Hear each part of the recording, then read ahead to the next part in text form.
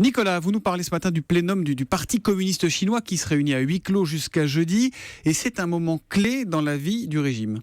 Oui, l'an dernier, c'est à l'issue de ce plénum qu'avait été décidée la fin de la politique de l'enfant unique. Et puis si on remonte beaucoup plus loin, c'est aussi à l'occasion d'un plénum qu'avait été engagée la politique d'ouverture de la Chine sous Deng Xiaoping en 1978. Bon, et pourquoi c'est tellement important cette année ? Alors d'abord parce que Xi Jinping veut encore accroître son pouvoir, qui est très fort déjà dans la Chine. Chinois. Voilà.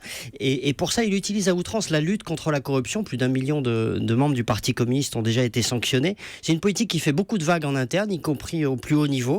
Mais dont le président chinois a absolument besoin pour tenir le pays à un moment qui est difficile sur le plan intérieur, parce que depuis 2011, chaque année, la croissance chinoise ralentit par rapport à l'année d'avant, et donc le régime a ouvert les vannes du crédit, mais enfin tout ça se fait au prix d'un endettement qui croît.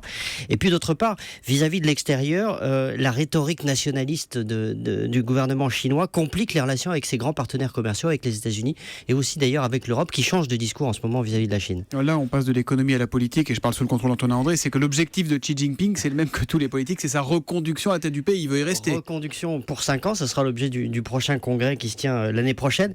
Mais d'ici là, il doit montrer qu'il tient le cap. Il s'est fixé un objectif ambitieux qui est de doubler le revenu par habitant des Chinois d'ici 2020 par rapport à 2010, doublé en 10 ans. Alors pourquoi 2020 ? Parce que c'est juste un an avant le 100e anniversaire de la fondation du Parti communiste. Et donc, il faut montrer que sous son leadership éclairé et autoritaire, le pays peut se surpasser.